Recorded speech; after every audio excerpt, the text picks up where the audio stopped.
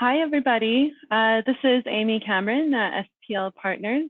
So welcome everyone at Telenor to this webinar that we're doing for you on how telcos can succeed in the coordination age. So while everyone is trickling in, I'll just give you guys a few pointers on what's going to happen throughout the webinar. So I'm here with Andrew Collinson, who's our research director, and he'll do some introductions when he starts with the presentation.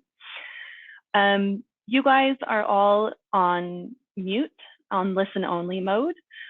So you won't be able to actually speak to us while we're doing the webinar.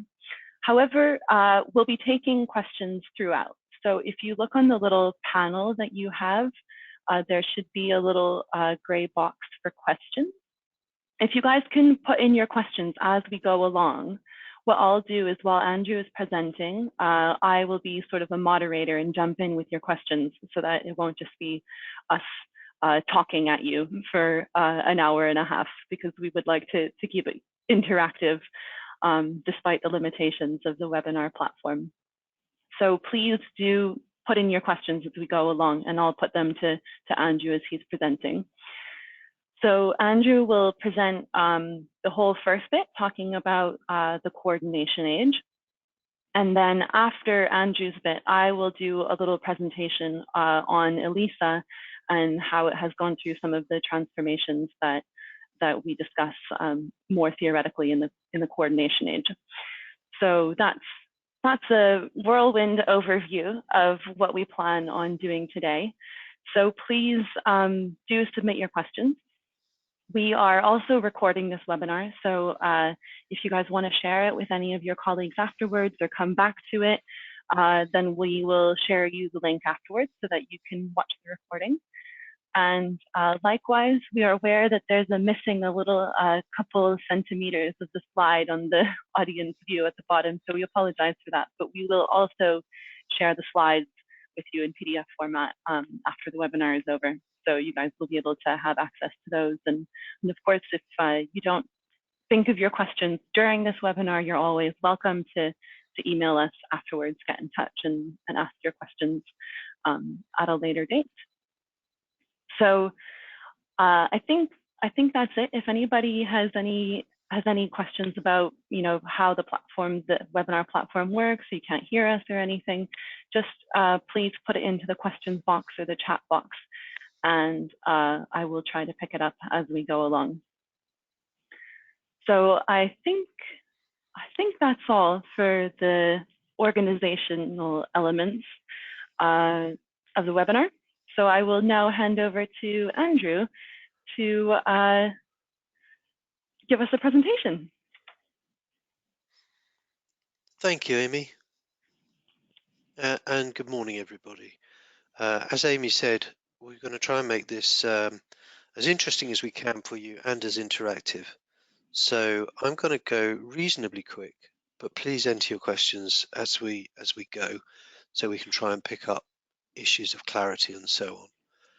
So, Amy, have I got control of the deck? Yeah, you should be able to. Okay, so now you can see two beautiful photographs of myself and Amy at rest at STL's offices, and contact details, and obviously we'll share the presentation deck with you after this webinar. So what we're going to do is, we've done our introductions. I'm going to do the top half of this, so the what and the why of succeeding in the coordination age, so explaining what the coordination age is, talking about a new age and a new purpose, and also some of the principles and priorities for a coordination strategy. So starting out on some of the how points, how do you get there? And Amy is then going to follow up with a presentation on some really interesting learning that we've got from a Finnish telecoms operator called ELISA, which we think embodies a lot of very good practices in terms of how to move forward. And finish with a Q&A. We'll probably break for a bit of a Q&A also after, between our two sessions. And if Amy picks up any questions that are relevant as we go along, or that help the flow as we go along, she's going to butt in and tell me. So STL, I think hopefully guys, you know us, I run the research part of our business, but obviously we do consulting as well, and we run some small events. We like to think we're good at spotting new things and helping people get their heads around them. And what we're going to talk about is on the far right of this diagram, the bottom far right, the coordination age. Something we've been working on for about just more like 18 months, something like that. We first came up with the idea about 18 months ago, and we've been refining it and developing it since then. It builds on a lot of the other things. So some of the things that we're going to say, I think, will be familiar to you. But what we think the coordination does is help to provide a story and a framework to put a lot of what telcos need to do into better context, and indeed make it more actionable and hopefully more motivating. I'm not going to spend a lot of time on this. I think you guys know us quite well. This is the stuff we do. We this is what we're trying to help you do in this call. So I'm not going to dwell too much on this. So, and again, I think you know about our research services. Just worth pointing out some of the things that we've been working on quite a lot, which you're going to see some of in this presentation. So the coordination age and B2B2X business models we'll talk about a bit here. We'll also talk about purpose and stakeholder management. Other areas that we've been looking at quite a lot: edge computing, verticals, virtualization, and 5G. To some extent, these are the how. Some of the new areas that are starting to come into existence, and propositions and so forth, and technologies that underpin that. So we tend to be working on a bunch of projects in those areas, as well as the research areas I've described. So here's the presentation, succeeding the coordination age. And the question starts with, where do telcos need to go? So some of this stuff I think is going to be quite familiar to you. That there really isn't a lot of growth in telecoms, and in the European market, the growth is unfortunately negative at the moment. Some markets are doing slightly better than others. And this is a forecast we put together a few months ago, and it represents, our best view on what's going to happen moving forward, and that includes 5G. So we don't see a huge ramp up in volumes of money, principally coming in, revenues. And what this means is that operators have focused on cost cutting and technology leadership, but inevitably that essentially has a limited course to run. And the question therefore is, where does growth and value come from in a competitive commodity marketplace? And this question to some extent is not new, but I think it's now at a point where maybe 10 years ago when we were talking about this, everyone was going, oh no, there's plenty of growth left in the market. I don't think anybody's arguing sensibly that that's the case now. So we're seeing really common buy-in to this across the world's markets, and common acceptance that this is actually what's happening. The other thing that's happening is that telcos have been pursuing a particular form of investment strategy. They've invested a lot of money in capital. And it's very different from what the internet players have been doing. And some of so this chart, just to explain it briefly, on the right-hand axis is showing research and development OPEX as a percent of revenue, and the horizontal axis, so along the bottom, shows capital expenditure as a percent of revenue. And what you can see is telcos are all in the bottom right-hand corner. They have spent their money, they have invested purely in capital and very little in developing R&D, or, if you like, service differentiation. And what's very striking about this picture, as you can see, it's a very much a one-trick game for telcos. Just spend money in capex and that's it. And what you can see that the ICT players do is that they actually have a much broader spread of investment, and some of them, including Alphabet, which is Google, and Facebook and others, have started to invest considerably more into capex as well as service development. You can see that we've labeled the quadrants on this chart. So what we describe as a moat builder. So just someone pointed out to me that moat is not a common English word. So a moat is a ditch around a castle. So it's like a defensive measure for your castle. and telcos have been moat builders and really not differentiating. So they haven't been making the castle anymore beautiful, they've just been investing in the moat.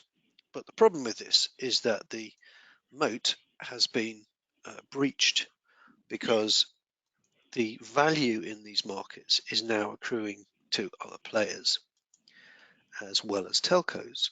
And telcos, to use a phrase, essentially risk falling into the trap of, there's a saying which is only a crazy person does the same continues to do the same thing and expect a different result. And as we just showed you, the growth chart is not looking great for core telco services.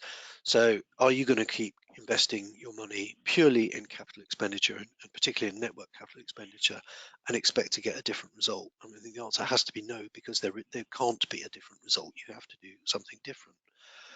And as a kind of additional proof to this point, we did some analysis looking at the market capitalization. So market capitalization is that, a number that's created by adding up what the worth of a company is, what's the valuation of that company in the eyes of a market.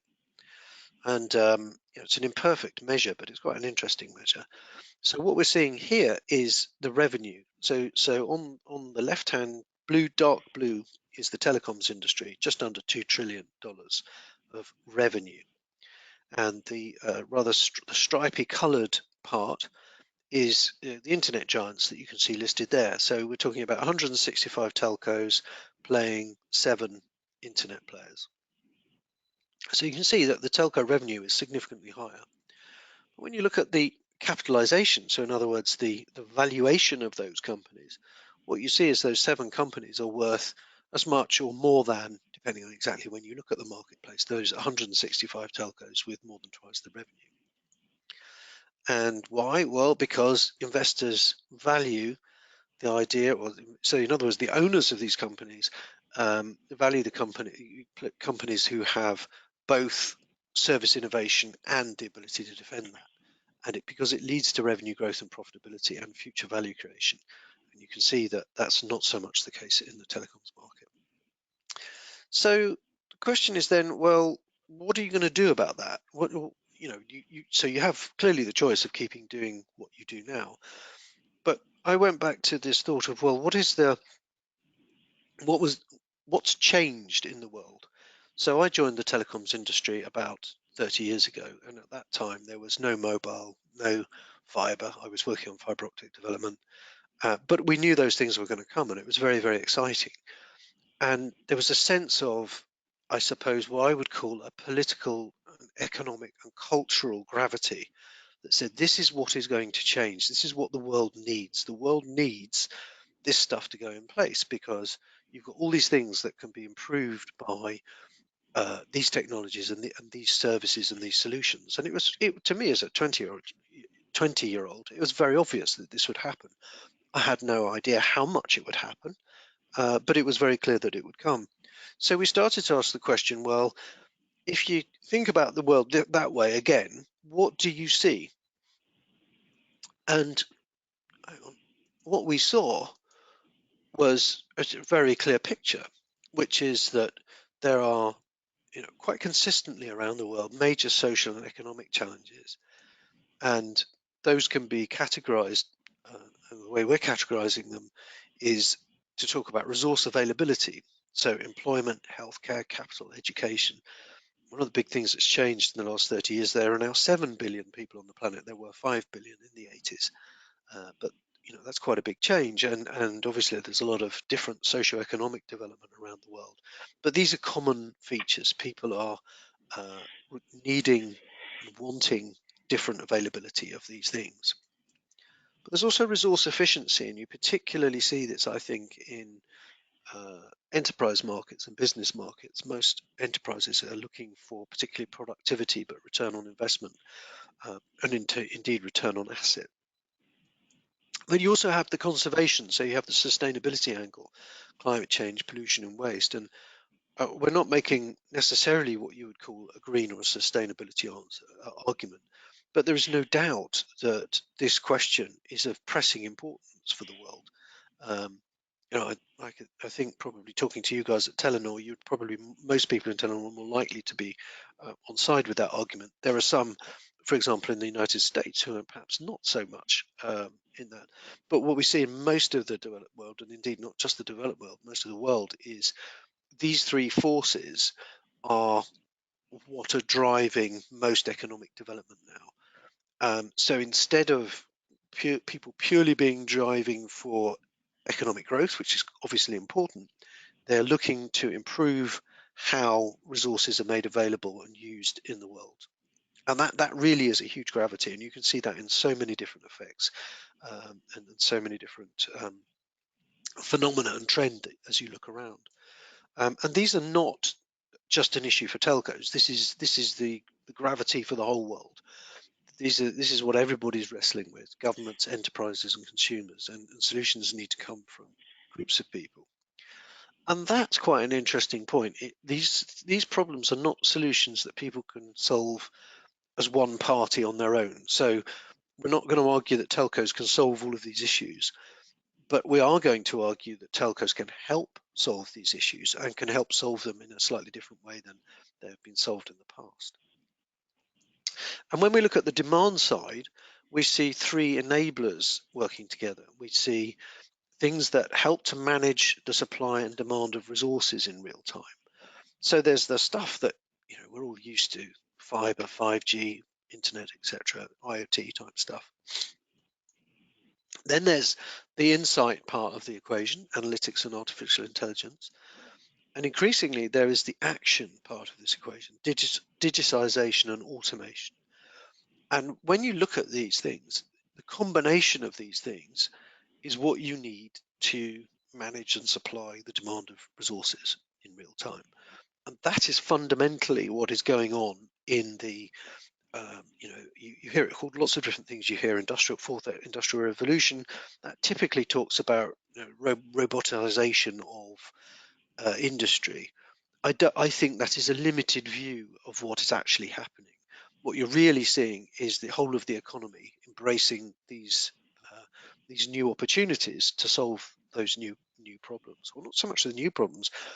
The problems, that arguably have existed for some time, but they've come to a head, they've come to people's attention, and these technologies and approaches have made them much more solvable than they were in the past. So we call this, we thought a lot about what do you call the adding together of these trends to produce something else. And we chose the word coordination.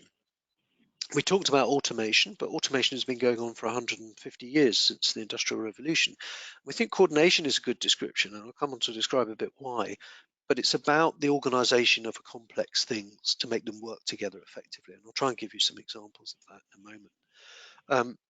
But the kind of bit of a so what? Well, the telecoms industry is actually very well positioned to help customers coordinate their activities and processes, and this is why. You have a lot of data. You are increasingly equipped with tools which look like 5G, NFV, the Internet of Things, a whole bunch of things. The more you think about them, are actually quite well suited to doing these kind of jobs. And interestingly and importantly, telcos are nationally operating companies, and most of the problems that need to be solved have very important national boundaries, and that's different from what's gone before. And I'll explain a little bit more of that. But primarily, what's been going on before has been what we call the information age, which has been about solving problems with information. And the real advantage there, the real competitive advantage, the sustainable competitive advantage, is scale. And that can therefore naturally goes to more global players. And so you've seen the emergence of people like Google and the other internet players. But when problems have national boundaries, that changes the equation, and not just national, but physical, because the coordination age is not just about digitization, it's about the combination of physical and digital assets. And that's very, very important because these things increasingly have national regulation, national goals, national industries, not necessarily nationalized, but industries that operate within a specific region. or country. And of course, the IoT is not a lost game for telcos. So there's a lot of opportunity, and there's a lot. So telcos actually are quite well positioned in this. Doesn't mean they can win it. Doesn't mean they can dominate it, and we'll talk a little bit more about that as well. But you do have quite a lot of the cards to play a good hand. And I'm just going to jump yeah, in here. We don't have any questions yet, but I know that a lot of people have trickled in since we started. So I just want to remind everybody that if you have questions, just please put them into the question box and I'll pick them up and interrupt Andrew like this with your question. Sorry. Thanks, Amy. It gave me a chance to have a slug of tea. So what does this add up to? So we're saying, okay, so what are you talking about, Andrew? What do you mean about a coordination age? I've given you some characteristics of features of it. It's physical and digital.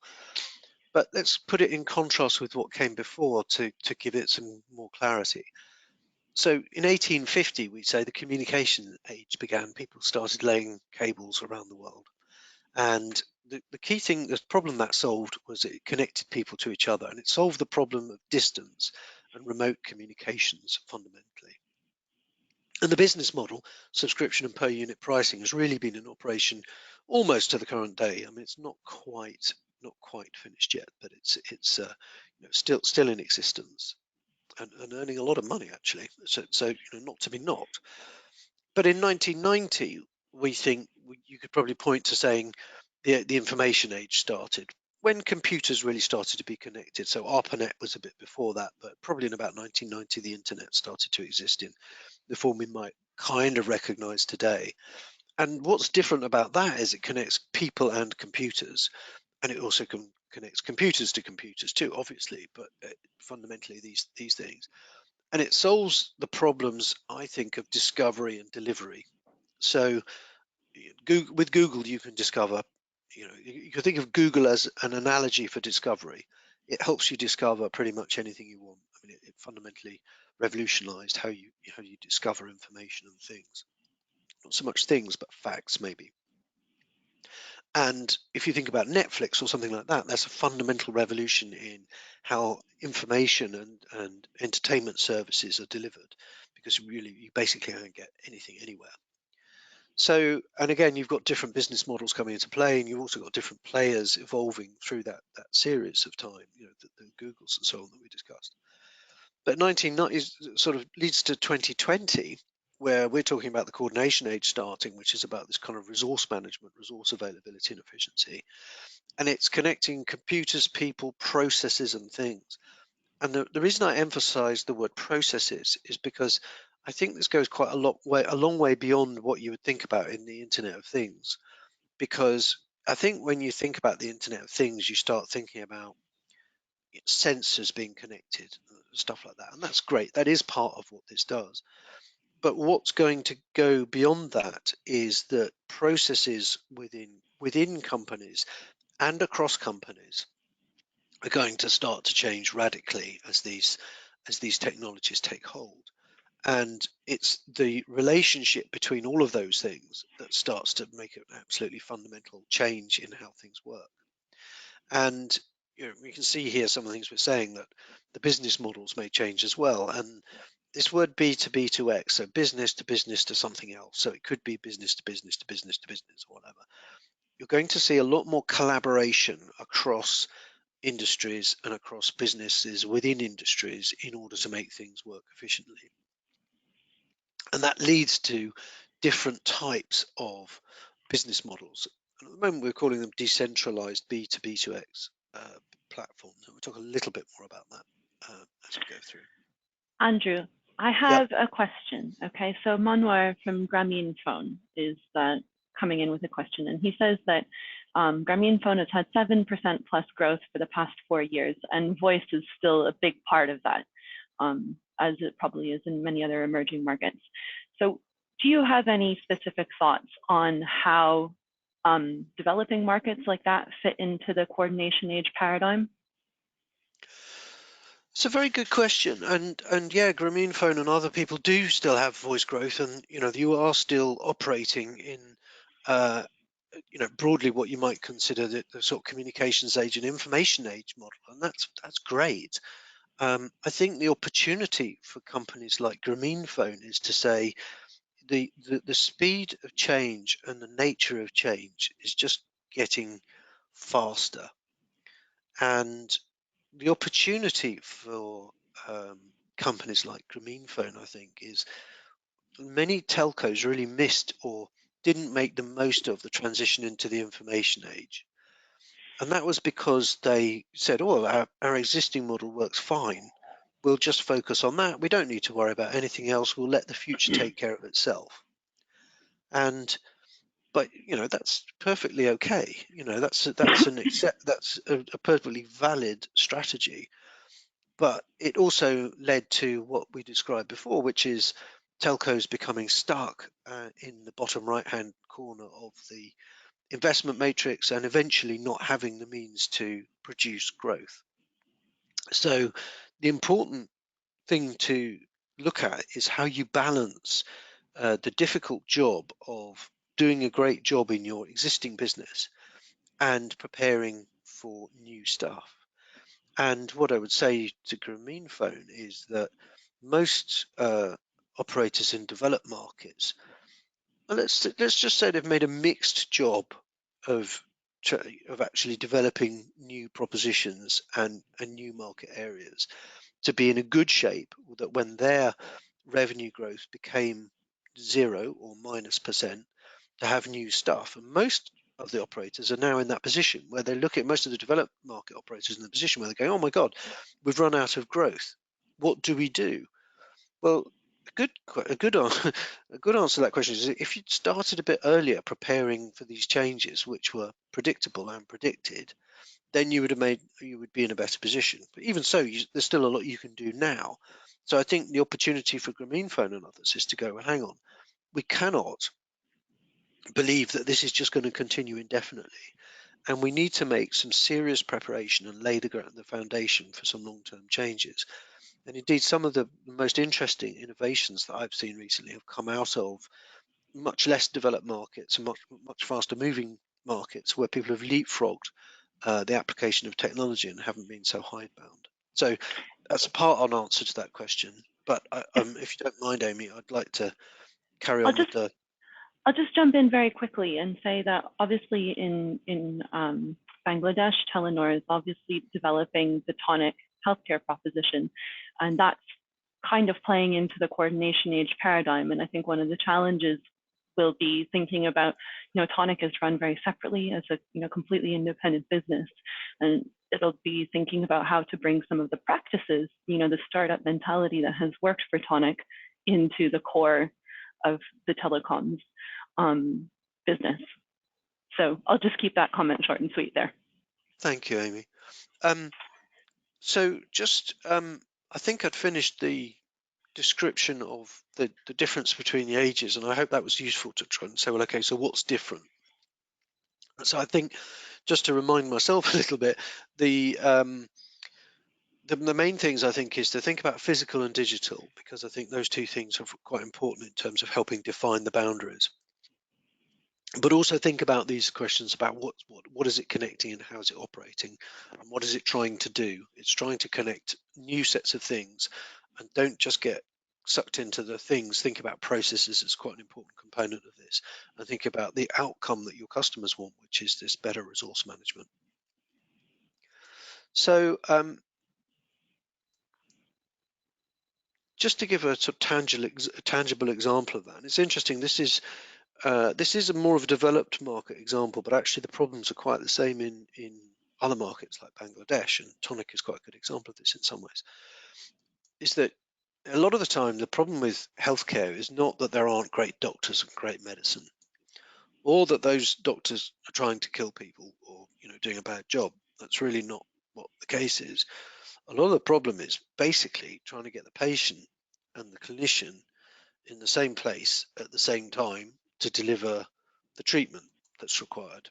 But you also need to get them in the right place with the information that is required for that treatment, and keep the family in touch, and make sure that local practices are aware, and that the health authorities and pharmacies and other parts of your healthcare system are operating and understand what's happening. And a large part of this is about making sure that complex interaction is part of an ongoing journey. So it's a journey for each of those organizations, and it's a journey for the patient too. And so the coordination age, if you like, is about saying, well, how do you make that work better? And I don't know if we've got time to go into that at this point, but we can come back to this. Is that you can see examples of operators who are starting to do that. And Amy mentioned Tonic in Bangladesh, which doesn't deal perhaps with some of the deeper components of treatment and so on, but is starting to help people on their healthcare journey. And TELUS in Canada, which has got much more integrated into the overall healthcare system, and its primary job is to make this stuff work better, which really is at the heart, I think, of a lot of the coordination age thinking. So to go back to a high level again, to think about being a telco broadly, you've got two jobs you can do. One, you can enhance the connection job, and two, we've tried to simplify the words of this, but to help make the world run better is a good way of thinking about what the coordination age is about. And if you can think of a better set of words for it, please let us know. But that's how we're thinking at the moment. And you don't have to do both of these jobs, but as we pointed out, job one is increasingly on the road to maintenance, and is also an important enabler for job two. So you kind of have to do job one, but job one can help you do job two if you're thinking and if you're starting to work your head around how do you do both. And Andrew, yep, if I can jump in here, I have another yep, question yep, from Terje Jensen. I hope I haven't butchered your name, and apologies if I have. So they're saying that when you're comparing OPEX and CAPEX, kind of going back to some of your earlier financial slides, to revenue, it's kind of like you're comparing these multinational telecoms companies to truly global platform companies, and they have different assets and they have different business environments, different constraints. And I think here we're thinking a little bit about regulation maybe. And so the question is, in the coordination age, do you think that there needs to be a change with respect to how many players there could be globally and locally, or should be globally and locally, in order for it to work? Does that make sense? yes. Can I come back to that, because I'd like to think about it a bit. So it's not a simple question, and Yeah. where I think it leads is to do with stakeholder management. And I think it's about how you think about what you're going to, so how do you action that idea? So I hope that I will cover some of the answer to that in coming questions. But Amy, can you keep me honest to that? Because I Yeah. think if I try and answer it now, I'll half do the rest of the presentation. Okay. So Okay. Excellent. apologies, Teja. I will. It's a good question, and I think we cover it, but let's come back So to it. I'll keep you honest, and Terje, if you can keep us honest as well and re-ask it later if we haven't touched on it, that would be great. Because I I'll let think you it keep will. going, Andrew. I'll come on to things that relate to your question in the next few slides, and maybe they'll give us some direction on it. So all right, Andrew, thanks very much. You've given us this nice idea of what the world might look like, and which maybe you do or maybe you don't agree with at the moment. Most interestingly, most of the feedback we have from people is that, yes, this really helps. It makes sense of what we see around us. And it's part of why we're propagating it, because we've tested it out with people and they said, yeah, we buy this. We think this is what's happening. It helps us understand the world and put it in place. But so the next question is, assuming and hoping that that's true for you guys, what do we do about it? So let's start at the top and say, what might a telco look like? And what we're saying here is, so let's think about an overall description of how telcos might change and what it might look like. So if we start with the finance bits, we've talked a bit about that. Today is very heavy capex, ARPU, and dividend-based valuations, and we think that needs to move to a mix of opex and capex, a portfolio of growing, and importantly, we think in terms of its offering, it starts to talk about not just a connect my world type offering, but make my world one better. And interestingly, that means that you need to be looking at new service offerings, not just connectivity. In the value network, you move from siloed technology to more sort of partner networks with agile and internal integration and aggregation stuff. And equally, from a rigid technology approach to, I love these words, a pliable fabric. That's how I think we should be thinking about technology. You want it to be something you can move and make things with. And I think what's quite interesting about this is I think this is quite a good description, but some of these things are already happening. So you can see operators struggling with this question about moving, changing the mix of their investment. You can see them struggling with moves from, silos of technology to more accessible and virtualized structures. And you can see telcos talking about partnering. Different telcos have made different progress in each of these areas, I think. But I think a lot of this is recognizable. I think maybe what we're adding to this is this idea of saying, actually, your jobs, you have a new job potentially, which talks about the kind of market offering side of it. And maybe pulling it all together into a cohesive story is helpful too. So that's to try and start to give it an overall vision. But question I get a lot is, well, yeah, but that's all very well, but our stakeholders, our shareholders will never let us change what we do because they just want the dividends. So we thought, well, okay, well, let's talk about stakeholder interest. And I think this comes back a little bit to your question, Terje. So here's the four groups of stakeholders we've laid out: investors, staff, government, and customers. So these are the people on whom and the organizations on whom you rely on and exist amongst to create your business. And this is what they currently say. And I'm being a bit sort of humorous here, but it's not far from the truth. And I have literally heard investors say, we just want telcos to give us the dividends before they do something stupid with them. You hear staff, and I used to work in a telco, so I have some personal experience of this, and I know a lot of people who do. And I don't think that's unfair. I think in a lot of telcos, it is a relatively secure, but not usually that enjoyable place to work for a lot of people. And governments kind of basically want you to pay your taxes and stop whining about regulation. And customers are kind of saying, sorry, I just lost my screen there for a minute. You're rip-off merchants and you have no relevance in my life. So again, that's a rather sort of skeptical and cheeky description of telcos, but I think most people have shown it to recognize this as having some vestige of reality.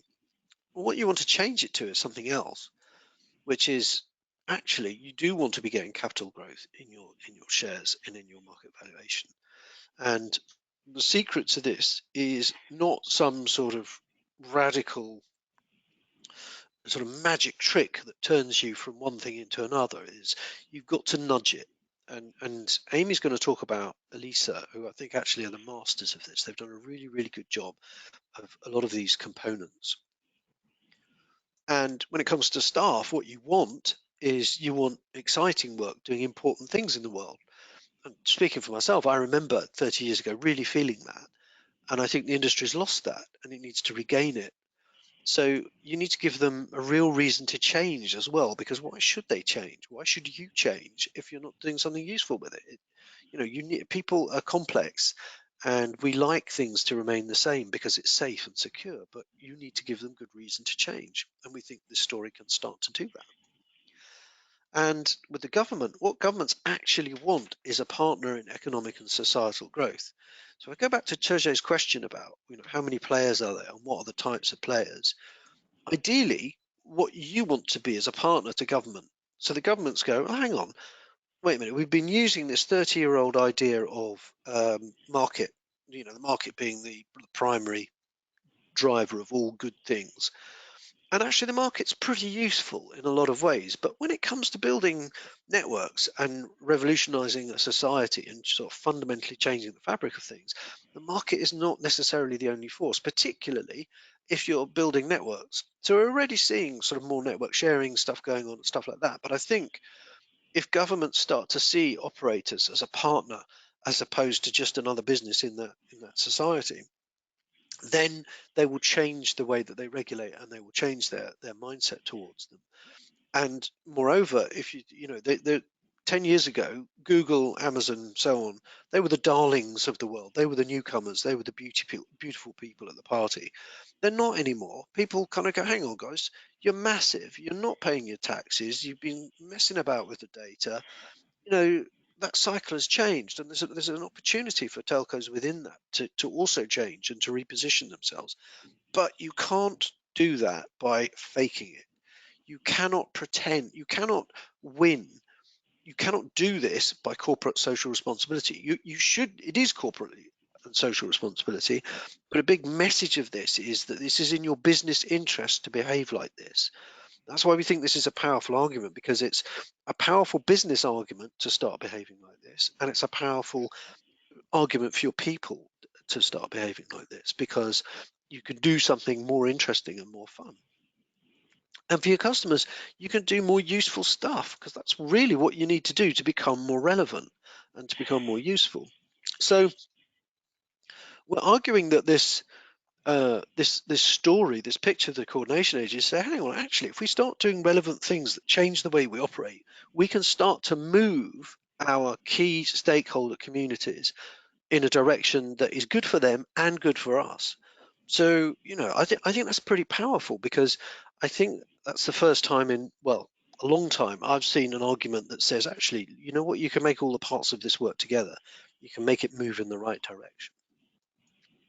And to do that, you have to start with purpose, which is what I was talking about, new purpose for a new age.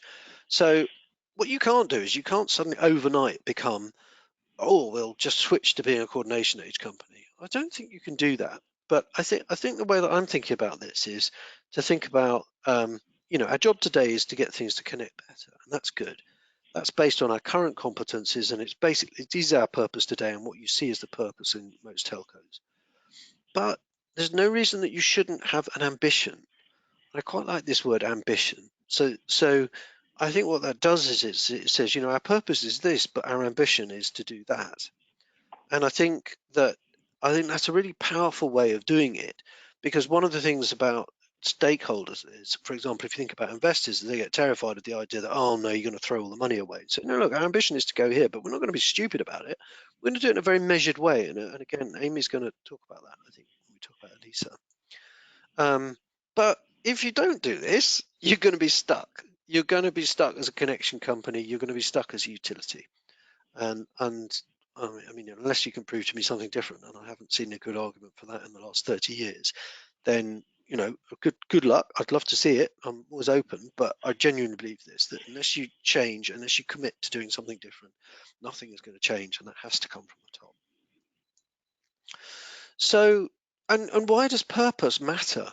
Well, purpose, I mean, trust me, I've done this with people, and it's quite hard work to get a new purpose in, even if it's 2 sentences. Okay, get everyone to agree on 2 sentences is really hard, but it really matters, because it does 2 things. One is it creates alignment. So you say, right, this is what we're going to do, and this is how we're going to go about doing it. And everyone can say, well, you know, our purpose is to make money. You go, yeah, okay, but that is the wrong way to find new money. You do not find new money by saying we're going to make more money. You find it by finding useful and sensible things to do, and getting problems to solve, and getting everyone aligned behind it. But purpose also frames your investments and decisions. So you actually start looking at things, instead of saying, if your purpose is purely to connect, you will look at every connection case with an open mind, and you look at everything else with a closed mind. And unless you change your purpose, you won't change what you're going to do. And interestingly, we've just done this survey, and I've got about 168 responses so far. I've just sent out some of the responses this morning, actually. And we found this very clear picture of what leads to success. So the stuff that leads to greater success overall: learning from mistakes, collaborative leadership, creating openness and psychological safety, and a motivating purpose. And the purpose really does underpin this. And the way I've drawn this, if I were to draw it as a simple diagram, is that leadership and culture work together. They're a loop. They don't exist without each other. One, you know, both drive each other. But purpose underpins that sense of leadership, and I can show you that in numbers. So when we talked about what creates a motivating purpose in a company, and this is based on the correlation of what people said. So correlation is a way of looking at, I answered one question and I answered another question. Is there a relationship between them? And what this says is that, well, obviously you need a clear purpose. There are relationships here with leadership. So leadership is an enabler to success where you have a motivating purpose. So that's suggesting, I think, in my mind, that's probably the causality is coming from the purpose, but there is a relationship there. There's an openness, which is speaking up, inspirational vision. So there's a sense of direction and a sense of personal interaction. But really interestingly here, purpose goes beyond communication. So he's not just saying that we connect things, it's saying why it matters and how it matters. And you can see here other things to do with leadership. So there's very clear evidence to me that if you want to motivate, I'm not showing all the evidence here because I don't have time, but this purpose drives very strongly the leadership dimension, and the leadership drives very strongly the culture dimension. So you have to get your purpose right to get everything else right, or to get it optimal at least. And how does the world look? Well, actually, this is looking across all of the telcos, and there's, as I say, 168 respondents. I think there's about 100 organisations so far participated. One or two from some and more in others. And does its purpose go beyond communication? So you can see that more than half say yes, it does, but I think probably not enough would be, yes to some extent, and yes, absolutely. Having had a look at a few of the purposes of telcos, I think there's work to be done here, and this is an area that needs change. And I think what we're saying in the coordination age is, well, look, here we are, guys. We're giving you, we're showing you an answer. You may not agree exactly with what that answer is, but I think the weight of the argument is pretty strong, and I think that's a place that telco should be looking and moving things forward. But then you say, well, okay, what does this mean in the real world? And I'm going to try and whiz through this to give Amy a chance to talk about the ELISA case study, because it's so interesting. So, okay, so you've got a coordination purpose and strategy. You need an investment model, and the other things follow on to that. The problem has been that the starting point for most organizations, or most telecoms organizations, has been the technology. What we're saying is you kind of need to go back a couple of steps here and then go forward again. And purpose must be translated into who and what. So right now, this is what the purpose is. I think that's very, very recognizable. But actually, what you need to move to is something else. You've got to be talking about who are you serving, what problems are you solving for them, and how are you solving them? So we're starting to look at three different types of business model that fundamentally arise from this. So you've got network as a service, which is very much the cloud-like networks. But then you've got this layer of application enablement, which is talking about something a bit deeper in terms of platforms that allow and approaches that allow other applications and data services to work in a different way. And on top of that, you've got the applications and solutions. So those are the actual services that run on top of that. And we're seeing some operators who are making some progress in that. And we're going to talk quite a lot about ELISA in a minute. TELUS Health is something we've looked at in some depth, and you can also see some others here. And there are others, but I haven't put all the examples here, just a few to illustrate it. And I should say, you can't do everything on this chart. No operator, with the possible exception of maybe some of the biggest ones like AT&T, maybe they can do all of it. I honestly don't know. I remain to be convinced. I think you're better off picking one or two and make a big success of it, because it takes a lot of effort and a lot of work to get this right. But that's one of the key messages here. You have to focus. And we see these things offering different returns. So networks as a service, typically 5 to 10% of the marketplace. Telcos are quite good at it, fits well, but it's not a huge margin. Application enablement, again, there's a bit more money here, but there's the competition is a bit tougher. And does it fit with telco skills? Maybe not so much. And then applications and solutions is actually where the massive the revenue and the profit is.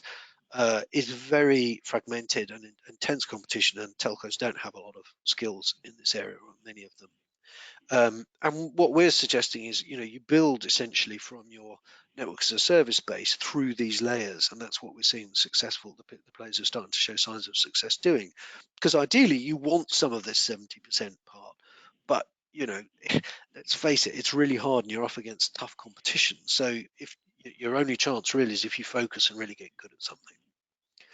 And just summarizing that, fit. So we've got size of opportunity on the left, ability to compete on the right. So you've got where you're strong, but the opportunity is not so great.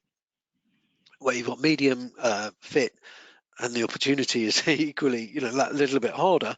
And then the place where you've got lots of opportunity and the opportunity is really hard. So you've really got to think about how you do that, how you manage your fit in this picture. So are you going to be ambitious or be cautious? So if you're too cautious, you're going to be squeezed, and you're just going to end up in the bottom right hand corner of the investment diagram, not making any money and very low returns.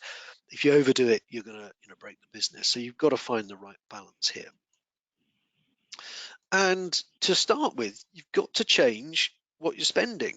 And this chart is just showing, you might think, oh, it's impossible to do that. Well, it's not impossible. I mean, Google have shown, and we pick this example of Google changing its shift from service development capital to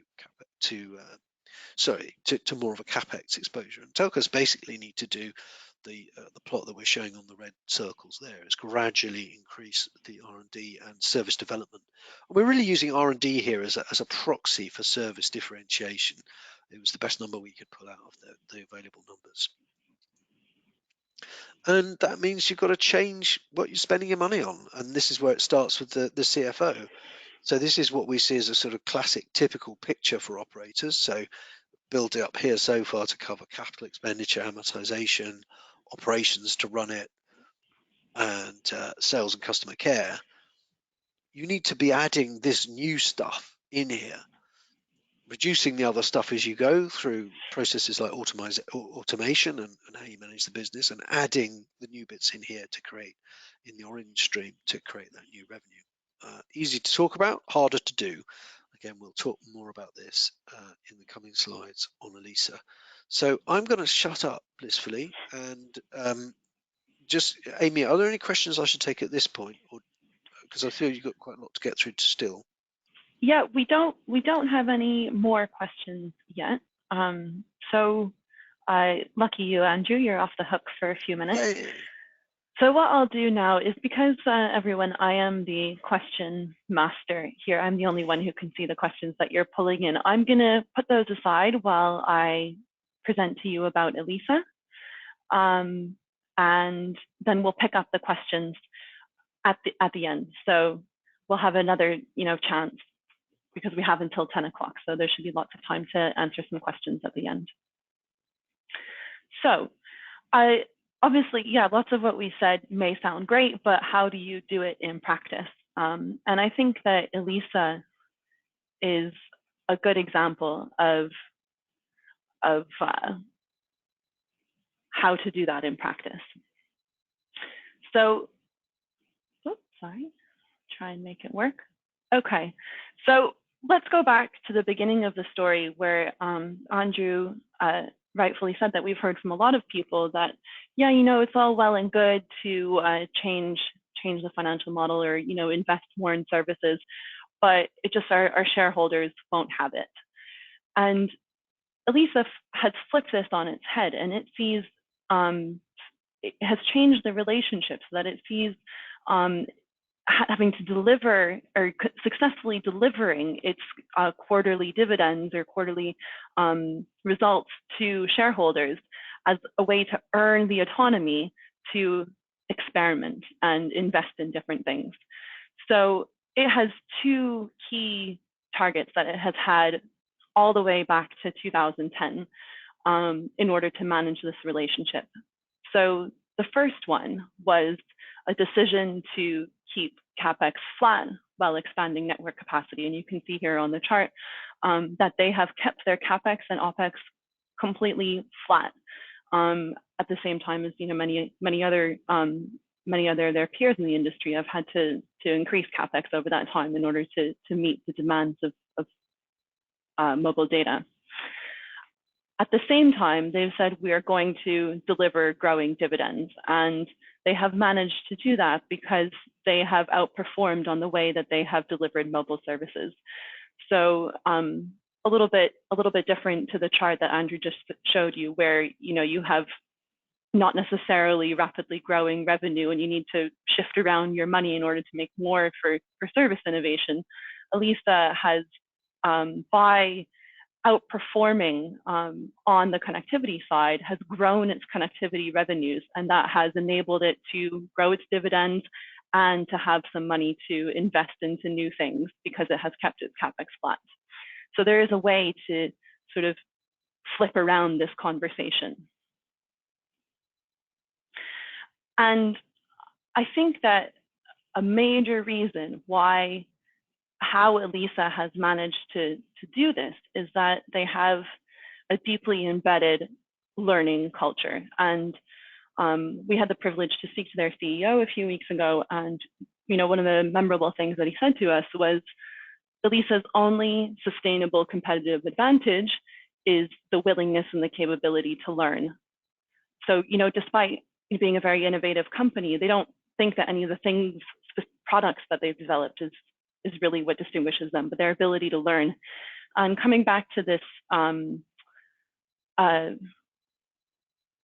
survey that Andrew did, if you look at the results, there's quite a stark contrast between Elisa and the other telecoms operators. So we had nearly 20 people from Elisa participate, so that we had a good sample size from them. You can see that everybody, 100% of people in Elisa think that mistakes are something to be learned from, and that's different than across other telecoms operators, and that trickles down from the top, that there's no stigma with admitting a mistake, and therefore they can learn from it and move forward. And if we compare it with other telcos, on the dark blue you have Elisa's share price over the last 10, 12 years. And, for argument's sake, we've compared it to Vodafone here. And, that's not necessarily to pick on Vodafone, because lots of other multinational telecoms operators are in the same position. But that this approach towards continuous learning and really focusing on doing the best it can in the connectivity, and then thinking about how to repurpose some of that additional revenue towards new services and innovation have really worked out well for Elisa. So how did it get there? What did it do to make this happen? So it took a really long time for Elisa to learn. One of the things that it has learned is that in order to innovate successfully, it has to build things out of its core capabilities. So we'll learn a little bit about what we mean by its core capabilities. So at the very start of its journey, sort of in the 2006 to 2009 time, Elisa really focused on its main purpose, which was, as we said, it has a clear purpose, which is to provide the best in class connectivity and to be the best at delivering connectivity. And at that time, one of the things that it did is it was thinking about how do people want to buy mobile data services. It understood that mobile data is the big new thing, and that we're not gonna make a lot of new money from connectivity. It's really, the boom is going to be in digital services. So we're not going to buy telcos in other countries because those assets are expensive and it's going to be difficult to make a big growth on them. So let's just focus on doing this really well in our core markets, and then we'll innovate new services in the digital market. So delivering the best in connectivity in their home markets, what did that mean? They felt like, so when you're a consumer and you're looking at your phone and you're using data, who actually knows what a gigabit is, what a megabit is? That doesn't really mean anything to the average person. But we really do understand this is working fast this is not working fast. My connection is good, my connection is not good. And so they made a conscious decision to, rather than price based on usage, to price based on speed. And gradually over this period of several years, up until actually 2011, they decided, when they made that firm final decision, all our plans are going to be unlimited, and we're going to price based on speed. And that was pretty contrarian at the time across the industry, because what it meant is, how do you then deliver that with a flat capex? And so the next stage was that once they made this commitment, was to figure out, well, how do we do that? How do we make it possible? And that forced them to adapt their operations. And I think that if you think about the little progress thing that Andrew showed before, where you start with your purpose, then you have your investment model, and then you think about your technology and your value network. This adapting its operations is where Elisa really transformed its technology network, where it figured, if we're going to be able to deliver unlimited connectivity, we're going to have to automate our network. We're going to have to get much better at this. And it was a painful process at the beginning to find that talent, the software talent and those skills in order to make that happen.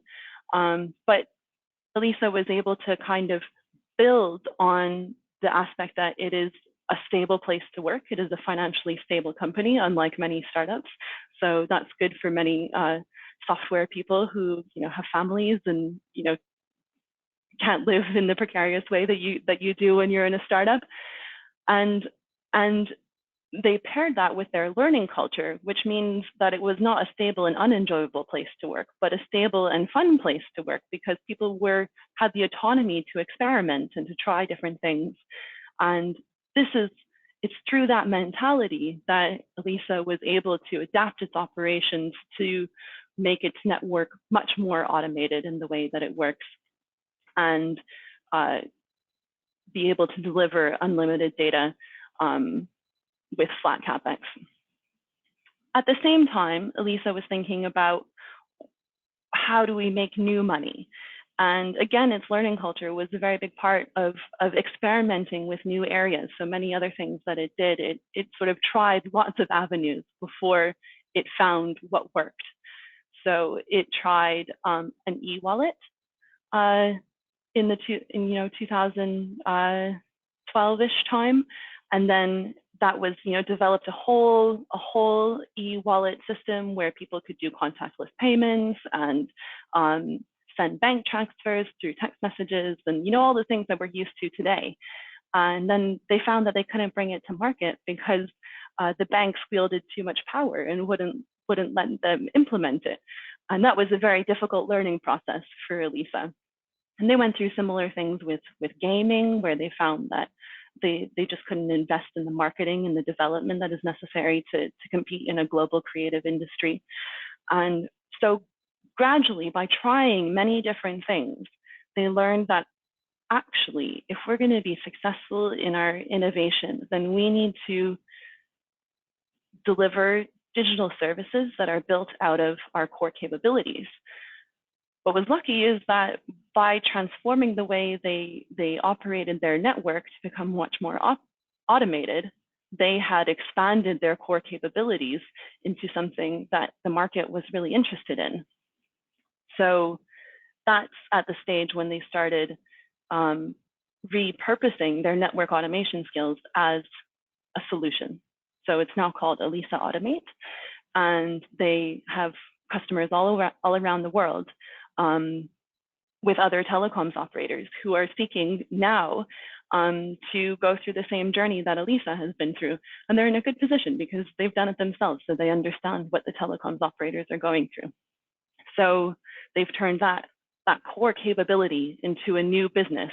But it took many years of learning to get there, and many years of mistakes, and spending lots of money on an e-wallet before realizing that this is where they can really succeed. And since then, they've been able to accelerate and move into new areas where those core capabilities are applicable. And so a good example of that one is their Elisa Smart Factory, where they then looked around with other customers and thought, where else are people trying to coordinate some very complicated assets? Where do they need to bring data together from lots of places, predict faults, understand what's going on, improve operations? And actually, it's not that dissimilar from what goes on in a factory. And I think many telecoms operators would probably agree that running the inside of a factory is possibly a lot less complicated than running a distributed national telecoms network. So that's the story of how Elisa got from where it was to where it is by having a clear purpose and a good investment strategy, or investment model, and a willingness to learn and experiment. So Elisa also has a really clear process for scaling up new businesses. And I learned this specifically out of the e-wallet example, but through many others, where it basically operates like a startup. It has a team within the company that is in charge of incubation of new ideas. And as you can see on this chart from Elisa, they start with a very small amount of investment until they've really proven the customer need. And before developing anything, they'll go out and speak to lots of customers and say, is this something that you're interested in? Would you be willing to have this? Would you pay for this? And then once they have a firm yes, they then invite a potential customer in to come and say, well, we know we have this capability. Why don't we see what we can develop for you, see if it works for you? And they go through that sort of co-creation process. And once they've proven that they can do it with this customer and that it works for that customer, they figured out what they wanted, then they really begin to scale and develop into a full product, into a full business. And that's why, they started Elisa Automate in 2015, but they're really only coming up to scale sort of over the last year or two, when they really have a proven market that is really worth investing in and putting significant money in, and into marketing and scaling through mergers and acquisitions. And as you can see, they have lots of other ideas that are still in the startup incubation phase, in the bloom. Another thing that Elisa has been good at is only picking opportunities that are big enough to move the needle. A lot of the time, telco innovation has been very, focused on small areas that aren't bringing in enough money or don't have a big enough opportunity. And, telecoms operators, as we saw, they have big revenues. In order for something to be interesting over the long term, it needs to be something that can have a significant impact on those revenues. So if we look at the areas where it's operating, on the left-hand side, we have the global telco software market for planning and optimization, which Elisa estimates at about 10 billion and growing. And on the right-hand side, we have the global manufacturing software for IoT, for industrial IoT, where Elisa's Smart Factory solution plays. And that's a $13 billion market globally, and growing even faster. So there is definitely an opportunity there. And finally, that they do something that meets a real customer need. And I won't dwell on this because I've talked about it a little bit already, but obviously you guys are a telecoms operator yourself. You know that this is important to try and make your network operations more efficient and automated, and apply some artificial intelligence if possible where it makes sense. And this is an example of what Elisa has been able to deliver to its telco customers in a matter of weeks, reducing customer complaints and improving network throughput. And I just have a sample here of some of the customers that Elisa works with in the network automation field. And I can see Telenor is on there. And that may be directly through Automate, or it may be through its acquisition of Polystar, which was specifically to grow its presence in this market now that it has a grasp on it already. Likewise, in the smart factory solution, that was really building on its network automation skills to solve another industry's challenges. So if we look at the challenges that manufacturers have, they don't have any visibility into their real-time data. So that's 40% of them are saying that they can't see what's going on. The next problem in the light blue is that, okay, they have some data, but they're not sure how to put it to use. And the result of that in the yellow is that 83% of manufacturers are affected by unplanned downtime, which gets very costly. And for Elisa, this was a simple, they could see the progression where first they did the same thing that they did in their own networks, which was first connect the data, then visualize it, put it on a platform, do some 3D modeling so that you can see all the equipment in your factory and how it's performing, and then apply some analytics to that so that you can predict faults and understand where you're having better performance or worse performance and improve your operations that way. So basically what they're delivering is predictive maintenance, improved quality of production. So they're able to see what the quality is like across different factories, and then improve the quality and increase yield because they're reducing any unplanned downtime.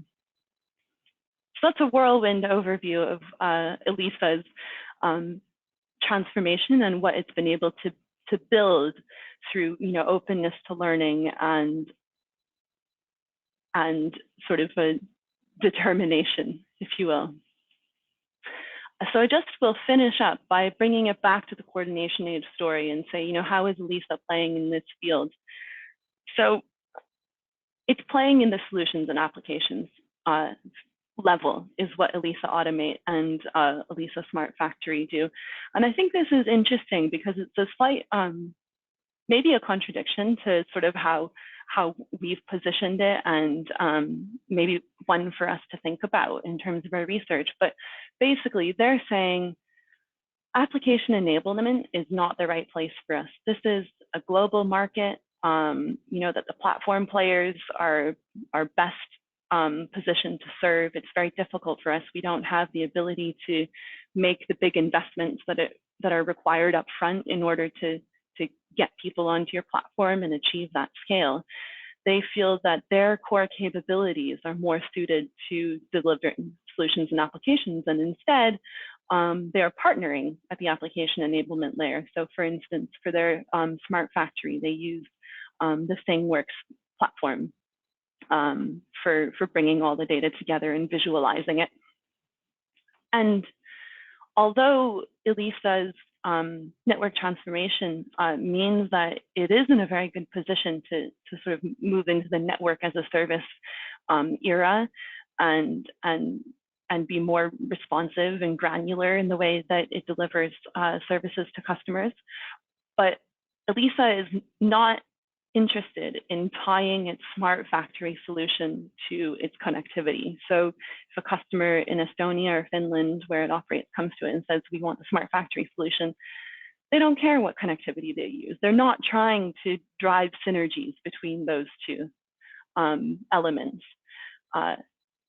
They are confident that they're doing their best job they can in the connectivity, and if somebody doesn't want that connectivity, it has nothing to do with what they're trying to do in the smart factory side. And it may sound simple, but I think that's somewhat revolutionary in the way telcos see their development. All the time when I look at healthcare stuff, telcos in healthcare, a lot of the time, the first question I get is, does it drive synergies? Does an investment in healthcare drive synergies or, drive sales on my communication side? So I think it's an important point to make. So with that, oh, sorry. I forgot I have one last slide, but it's just to give you a little bit of a picture of what the financials look like for Elisa. So In its home market, it has developed many digital services, and on the international side, it's still getting started. But as you can see from the chart on the left, definitely fixed and digital services are starting to rise as a proportion of total revenue, and as a proportion of total revenue, I don't have it on here, but if you look at that 290 million, that accounts for about 16% of revenue. So 16% of revenue on digital services is pretty good. And it's taken a while to get there. So with that, now I am definitely finished, and we will reopen to questions. Or Andrew will give you a summary, and then we'll reopen for questions.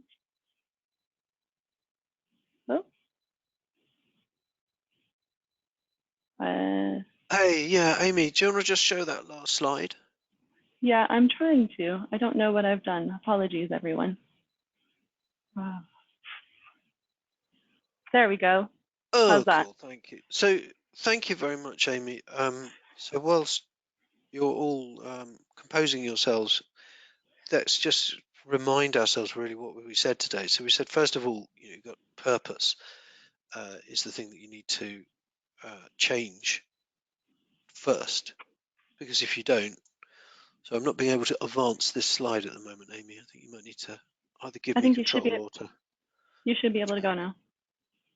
Okay, so you've got to, first of all, what's your company for? And we talked about, well, if you stick being a communications player, then that it leads to certain foregone conclusions. Moreover, one of the things I didn't mention that's just come to me thinking about it as Amy was talking is it's not enough to be digital. Digital is a how, it's not a what or a why. So being digital allows you to do what you do already better, but it isn't a new end. And we've seen quite interesting findings again in this culture research, which I haven't shown too much of, well, we've shown a bit of today, which shows that there's very little link between being digital and people feeling good about the company or thinking it's going to be successful. It's clearly important, but it's just a way of being better at what you do already. It's not something new or to be something new. Clearly, then, when you have your purpose, you need to understand which customers you serve and what you're going to do for them. And when that's clear, you need to know how you're going to allocate your resources. You have to drive change. You cannot keep spending money the same way and expect a different result. And whatever you say, so you can do all the rest of it up to this point, but unless you spend money differently, nothing is going to change.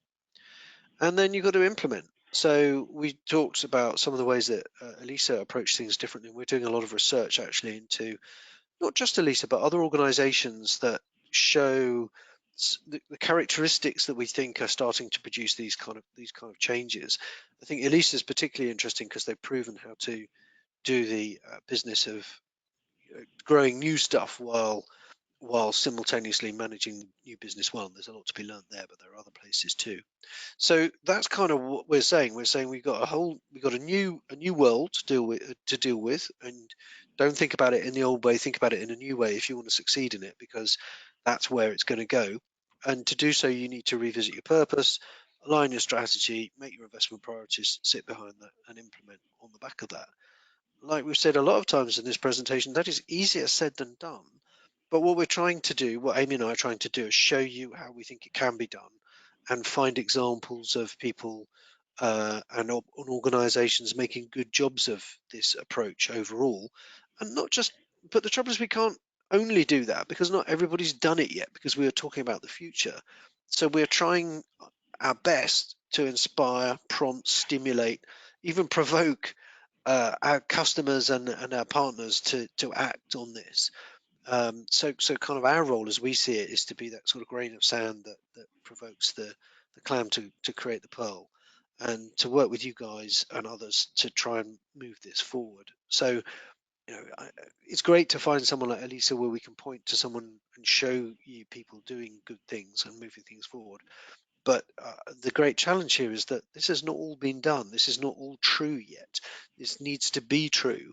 But we think there's a very compelling argument and a very compelling shape and set of forces that will make it true, and the returns will come to those who A, appreciate that, and B, do something about it. So I guess that's my summary overall. I'm going to hand back to you, Amy, to be question master. All right. So I've got a couple of questions here from Terry, our good friend, asking about ELISA. So first you ask, have we compared ELISA with others in the same market, like Telia or DNA, to understand to what extent Finland's national culture or regulatory environment has helped? So we haven't done in-depth comparison, but we've done a little bit. We've looked a lot at DNA, who likewise have an unlimited pricing model. And I have recently spoken to someone from DNA who was at an event that we hosted last week. And their position is actually, we are very lucky to have a competitor like ELISA because they have forced us to also be as good, and they have grown the market. And actually, DNA's share price has outperformed ELISA's even. And so they're having to do many of the same things as ELISA. And actually what's happened is by delivering best in class connectivity compared to the rest of the world, if you look at some of the stuff that they have on coverage and capacity in that country, they've grown the market for everybody because people are willing to spend more. So I think that was quite an interesting takeaway. ELISA does say, yes, we are very lucky in our regulator that, they deregulated the telecoms market earlier than other countries. So maybe that has forced telecoms operators to adapt more quickly. And they feel that they have a good relationship with the regulator in terms of maintaining the competitive environment. I think there are cultural aspects, but it can be replicated. And this comes into your next question, which is about ELISA as a single market operator and how do we translate these actions into multi-operator groups? Should it be done market by market? And that is definitely a question. When you look at multinational operators like Telenor, it's obviously a different environment than ELISA. But if you break those down into national levels, the implementation of a learning culture and putting in place processes that enable people to learn from their mistakes and have the autonomy to experiment and destigmatizing making mistakes so that you can then move forward. Those are things that can be implemented at a national level across the different opcos in order to then feed into a wider corporate culture. So I think that you're right that it's difficult to implement that at an international, multinational level. So it does need to be broken down market by market. In terms of innovation and innovating. Sorry, can I just add to that, Amy? So I think I've been thinking about this quite a lot, actually, and something I want to do some more research into. But there is a problem that the bigger you are, the more difficult it is to make new things happen. At the same time, the bigger you are, the more resources you have, as a rule. And so there are sort of swings and roundabouts in the size and the multinational and the local.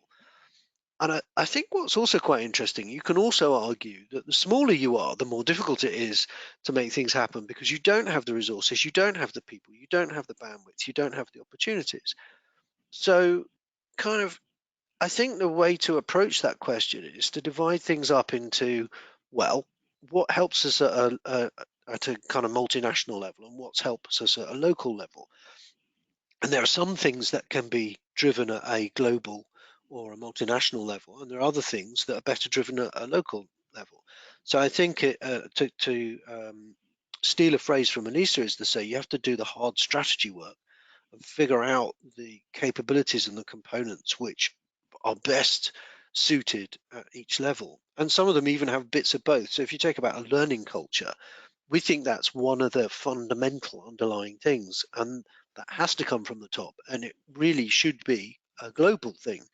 But you know what? You may not be able to do it globally to begin with. So maybe you start in one country and you prove that it works. I mean, because it will work. It obviously works. So then you develop the techniques and you spread it out into the other ones. So I think it's hard And our brains tend to freeze up on the idea of, oh my God, it's difficult. But if you kind of, but I think part of what we're going to try and do at STL Partners is try and chop this up into doable bits, because when you look at it overall, you think, oh my God, this is so difficult. But actually, it's all possible if you break it down enough. And I think the great thing about examples like Elisa is they've shown how to break a lot of it down. And I think what we're going to try and do is try and systematize it somewhat and show people how to put these pieces together. But I go back to the original point, which is if you don't start at the top, if you don't start with a commitment to this from your as an organization, from everyone, essentially everyone in it, but that has to start with the bosses, it's very difficult to do. But I think if you have that commitment to a learning culture and a direction and a purpose and a vision like this, it is possible. So anyway, I'll shut up. Sorry, Amy, but I felt strongly about that. That's fine. I'm sure it's good to get different points of view. The next question we have is whether Elisa sees Elisa Automate as a way to gain experience on the as a service way of work and business model. You know, whether Elisa has stated that explicitly or not, and if yes, what they've done around it. So, I mean, the short answer is Elisa doesn't really talk about the as a service business model very much. My impression as a whole is that they don't like to buy into any jargon. They just kind of like to get on and do it however it makes sense. That said, I think they do sell. Their. I'm not entirely sure for Elisa Automate, but I think the Smart Factory as a service, in the sense that it is a monthly subscription, and people come and go and take what they need, and they're willing to develop alongside their customers. In terms of preparing their organization for the change in the way especially enterprises are buying their services, they have talked about this with us, in not necessarily specifically in the context of Elisa Automate, but saying, we recognize that on an enterprise customer, they're looking for lots of different things for us, in IoT stuff, or maybe they're interested in some smart factory stuff, or there's some security stuff. And what they want is a salesperson who knows it all, but it's impossible for a salesperson to know it all. So they're, thinking about how to reorganize their teams in order to meet evolving customer needs, however they can. So I don't think that they would frame it specifically in an as a service thought process, but it's definitely another aspect of organizational change and go-to-market change that they're thinking about. I have another question, Andrew, which definitely is for you. Again, from Manwar in Grameenphone. He says, I believe Telenor already has a great purpose, connecting people and empowering societies. Is it in the right direction in your view in building culture and leadership? And would you have any specific recommendations? That's a very good question. It's a good start. I personally think that empowering societies is in the right direction, but it's a little bit loose. So what's good about that purpose compared to a lot is that it doesn't just talk about connectivity, it goes beyond that. But what does empowering societies mean? Empowering societies to do what? That would be, that's where I would kind of be. So it's nice, it makes you feel good, and that's an important part of a purpose because we are emotional creatures, but it doesn't really tell me what to do about it. So I would be looking for something that was more directional and saying empowering societies to what? And I would, I think the coordination age is where I'd go back to. I'm not going to wordsmith it for you because that's something that needs to be from within, not, we can help you do that, but it's not our answer. It should be your answer. But so I think it could be more specific. And I think the whole point of a purpose is, as I say, to create alignment and to allow you to make clear decisions about things. So, a question would be, does this empower a society? Ooh, what empowers a society? It's quite, just what I mean, it's quite a loose phrase. So I think it's better than a lot, but I think it could be even better because you could be clearer about what you're trying to achieve, and that's where the hard work is, and that's what we're trying to take away some of that with the coordination agent and say, hey guys, why don't you look here when you talk about these kind of things, and maybe rather than saying empowering societies, you're saying we will improve, we'll make, I don't know, our country's manufacturing the most competitive or the most effective in the world, or whatever. That's a really bad, that's a rubbish example, but I'm trying to illustrate what I'm saying with something that's more specific than the general. So I think it's a good start, but could be more directional. Okay, well, that is bang on time. That is our last question, and it is 10 o'clock. So perfect timing, everybody.